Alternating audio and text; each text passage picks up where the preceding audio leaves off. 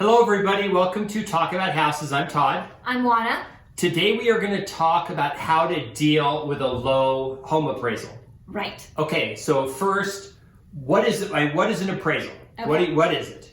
So an appraisal is a professional report that gives an idea of the value of the property. Usually there's an appraisal if there's a loan, because the lender wants to make sure that they are loaning an amount of money that is appropriate for the value of the property that's securing the loan. Right. But you can also get an appraisal if you're purchasing the property cash. You can, yeah. Yes. Yeah. Okay. Okay, so how much does the appraisal cost normally? Okay, great question. So the appraisal normally costs somewhere between $300 and $600. It is paid by the buyer. The appraiser is selected randomly from a bank of appraisers that belongs to a company, and that company usually has a contract with the lender. So the bottom line is your lender cannot select your appraiser, your realtor cannot select your appraiser. So that whole thing where you're going to give your appraiser some warm cookies and he's going to give you a great appraisal, forget it. It's called arm's length transaction. Exactly. Okay, arm's length. All right.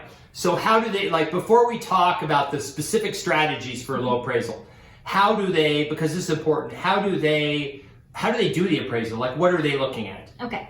So an appraiser is going to be looking at that particular subject, that particular home. So it's going to evaluate it based on its age, its features, its location, its condition, so all kinds of things like that. There are actually two kinds of appraisal. One is a drive-by and the other one is an interior inspection. And they're exactly what you think they are. One is they drive by and the other one is where they actually go on the property. And the appraiser also compares it to similar properties in the area. So again, similar age, similar size, similar condition, similar features, and they make some adjustments because maybe one home is a little bit bigger, maybe one home has a pool and one home doesn't, but at the end of the day they come up with what they think is a reasonable value for that property. The appraiser does not get paid based on the value, they get paid for the work that they have done. Yeah. Whether or not they use the appraisal is used to finance the purchase or not. Right. So win or lose, they get paid. Absolutely. They get paid. Okay, so what are some reasons, let's say that the house is worth what the people made the offer for. Perfect. Right? Let's say the market says it's worth that, but the appraisal came in low. What are some of the reasons it might come in low? Okay, so there are lots of reasons why an appraisal might come in low. As is common right now in the Las Vegas market and a lot of other markets, it is a hot seller's market. Yep. So what happens is when the market is either a hot seller's market or a hot buyer's market, appraisals and purchase prices do not line up. In a hot seller's market, buyers are compelled to offer more than the asking price, and there's a bidding war, and so now you get in this position where maybe they're asking $400,000 for the house and the house ends up selling for $440,000. Well, at that point there might be an appraisal issue because appraisals look historically, so appraisals look back, okay? And so because appraisals look back, an appraiser is going to say, well, homes like this have traditionally sold between $390,000 and $410,000. You've offered $440,000. I don't see the value at $440,000. Clearly, the buyer saw the value at $440,000 because he offered $440,000. Same, the opposite is true of course in a hot buyer's market too. You end up with the same kind of situation where there's a discrepancy between what buyers are willing to pay and what appraisers are saying that the value of the home is. And then we go on to other issues. So other issues might be the location of the house. Even though you've seen the same floor plan a few miles away, this location may not be as favorable. So that appraisal may come in lower. A great example I have right now is we've got brand new homes that are being built in one area of town, exact same floor plan by the same builder is being built in another area of town. The price difference is over $100,000. And these are not huge homes. These are 1,700 square foot homes. So that gives you an idea of how important the location can be. Another issue with appraisals is, of course, improvements. So, a home might be super improved and maybe it's over improved for that neighborhood. So an over improved home might have trouble appraising for that higher amount. Another reason might be the appraiser themselves, and I hate to bring this up, but this does happen too. Yeah. So maybe you're dealing with an appraiser who maybe is inexperienced, maybe pulled the wrong comparables. You know, it happens. We all make mistakes. Maybe is not familiar with the market. Maybe there's something else going on there that's causing that appraisal to be off. So that's a consideration. So I apologize to the appraisal professionals out there. We all make mistakes, and sometimes appraisers get it wrong. Okay, now what they've all been waiting for. The appraisal comes in, and it's less than the actual value. So we're going to say the value is what they offer. That's Right. what it really, if you get 10 appraisers, 9 of them would have said, yeah, that's what it's worth. But this one is low. They have a low appraisal. Right. So what's technique number 1? What's the first thing they can do? Challenge the appraisal. Okay, how do they do that? Okay, so what you do is you communicate with your lender that you want to challenge the appraisal. And your realtor is your partner in this. So please include your realtor in this. Because what your realtor can do is grab comparables that support your value for the property. And I've done this many times where I have challenged the appraisal and I have said, hey, look, I appreciate the comparables that you pulled, but here are some better comparables. They're better because maybe they're closer to the subject property. Maybe they are more similar in size. Maybe they're more similar in age. Maybe they're more recent. So there are lots of reasons why maybe the comparables that I chose might be better than the ones that the appraiser chose, or might simply support my value better. Maybe they're not better, but they simply support my value more. And most appraisals and most appraisers are professionals, and they will take a look at that and they will honestly consider it. And it has happened more often than not that the appraiser has gone ahead and replaced one of their comparables with one of mine, and that's brought up our value and it made the transaction go forward. Okay, so the first thing is to challenge the appraisal. Absolutely. What if let's just say it's a FHA or VA loan, and when you go to make the offer and you didn't realize this, the previous buyer a week ago had gotten an appraisal. And so does that appraisal stay with the property? Yes. So it may not be your appraisal, maybe the last appraisal from a week ago. Right. Okay. So this is again where your realtor needs to be your partner in this. And your realtor needs to check to see if this property has had an accepted offer in the recent past. And if they did, communicate with that listing agent and ask, what kind of offer was it? Did they get an appraisal on the property? If so, what was that appraisal?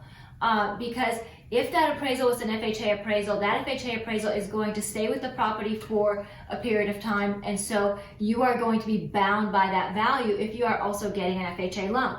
The other thing that will happen is that then that appraisal will be transferred from the previous lender to your lender. And that's going to speed up the process a little bit as well. Okay, so let's say they're not getting FHA or VA, they're getting a regular conventional loan, they have banana mortgage doing a loan, Yes. and the appraiser completely screws it up. Can they go to a completely different mortgage company and go to a new loan officer and say, hey, I want to get a loan on buying this house? You know, they absolutely can. Okay. And in some cases, they don't even have to go to a new loan officer. They can simply say, I want to pay for a second appraisal. And they will, and they will get another appraisal.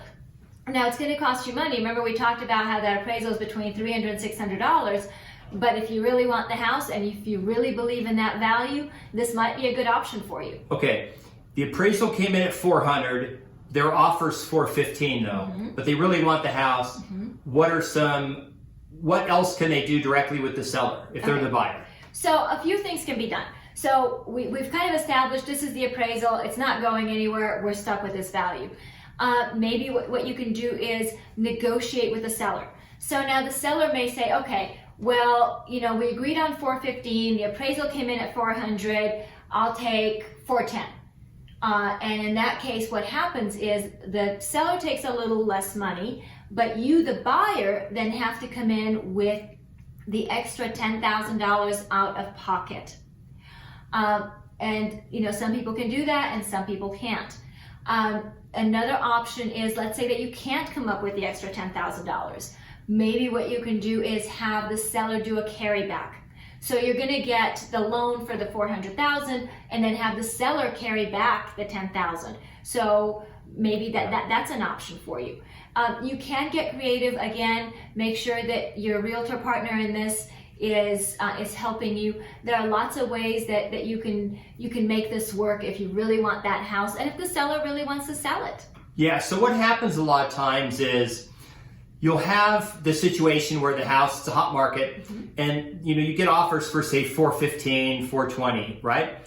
But the seller even knows that the appraisals are all going to be $400, and none of these buyers getting loans are actually going to be able to close. And let's just say they don't come in with it, because they could just say, fine, it appraised for $400, they get a loan for $400, they just have to come in with that extra 15, 20 grand at closing. Is more down payment. They have to just put in more. It doesn't change the value of the house. It just means they have to put more money down than whatever they're trying to put down. But this is a situation where a cash offer could say, look, I'm cash, I'm at 405, you won't have to deal with the appraisal, the other stuff, just sell it to me for 405. And I don't need an appraisal, I'm waiving the appraisal because I'm just going to close with cash, right? Yes. That's absolutely. another. That is another option. And in most cases, like I said, sellers do know what their home is worth, and they do understand that when there's a bidding war on their house, that there may be a situation where they might have to take a little less. Now, you as the buyer, what can you do to protect yourself? So we can talk about that a little bit.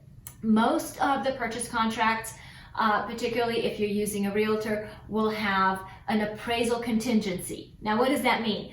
That contingency says that if the house doesn't appraise for the agreed upon sale price, then you are not compelled to purchase the house, and you can get your earnest money back if you cannot come to an agreement with the seller. So this is super important because we want to make sure that if you can't come to terms with the seller, you're not only are you not out just the appraisal money and maybe home inspection fee, but now you're not going to lose your earnest money. So if you have an appraisal contingency and you can't come to terms with that seller, then you'll be able to get your earnest money back and go find another house, and the seller will have to find another buyer. Yeah, so you can try to get a new appraisal with a different appraiser or lender. You can try to get it have them redo it. Say, look, here's some new comps. I want to challenge it. You can come in with cash, the difference. You could just renegotiate the price with the seller. The other thing you can do is just go find another house, because maybe it's not the right house. Maybe this house is it's going to be too much, because most people, they don't have a ton of money to put down. They can't come in with 15, 20 grand. They can only come in with 3.5%, 5%, 10%, and that's it. They need that extra money. You just have to go find another house, and sometimes you have to be patient. You have to go to 3 or 4 houses before you finally get one that makes sense, right? Absolutely. Okay. That is our video for today. Thank you for watching. Please subscribe, hit the notification bell. If there are any other topics you want to see, just let us know, and we'll see you on another video. And Thanks. remember, the value of the house is what a buyer is willing to pay for it and what a seller is willing to accept. Yeah. The appraisal is not a government stamp seal of value or anything. No, it's not. All right. Bye. Bye.